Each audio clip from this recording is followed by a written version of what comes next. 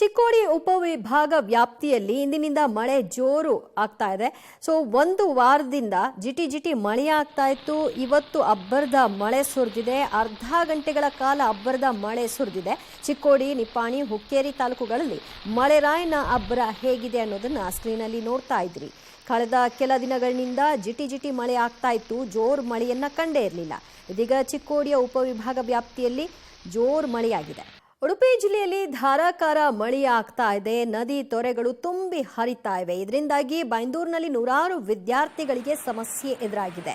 ಶಾಲೆ ತಲುಪಲು ಮಕ್ಕಳನ್ನ ಪೋಷಕರು ಹೆಗಲ ಮೇಲೆ ಹೊತ್ತು ತೊರೆ ದಾಟುವಂತಹ ಸನ್ನಿವೇಶ ಬೈಂದೂರು ಗೋಳಿಹೊಳೆ ಗ್ರಾಮ ಪಂಚಾಯತಿ ವ್ಯಾಪ್ತಿಯ ಆ ಒಂದು ದೃಶ್ಯವನ್ನು ನೀವು ಸ್ಕ್ರೀನಲ್ಲಿ ನೋಡ್ತಾ ಇದ್ರಿ. ಮಕ್ಕಳನ್ನ ಶಾಲೆಗೆ ಟೈಮ್ ಕರೆಕ್ಟಾಗಿ ತಲುಪಿಸ್ಬೇಕು ಅಂದರೆ ಈ ತೊರೆಯನ್ನು ದಾಟಿ ಹೋಗಬೇಕು. ಅದು ಹೇಗೆ? ಮಕ್ಕಳನ್ನ ಭುಜದ ಮೇಲೋ ಅಥವಾ ಮಕ್ಕಳನ್ನ ಎತ್ಕೊಂಡೋ ಹೋಗಬೇಕಾದಂತಹ ಸನ್ನಿವೇಶ.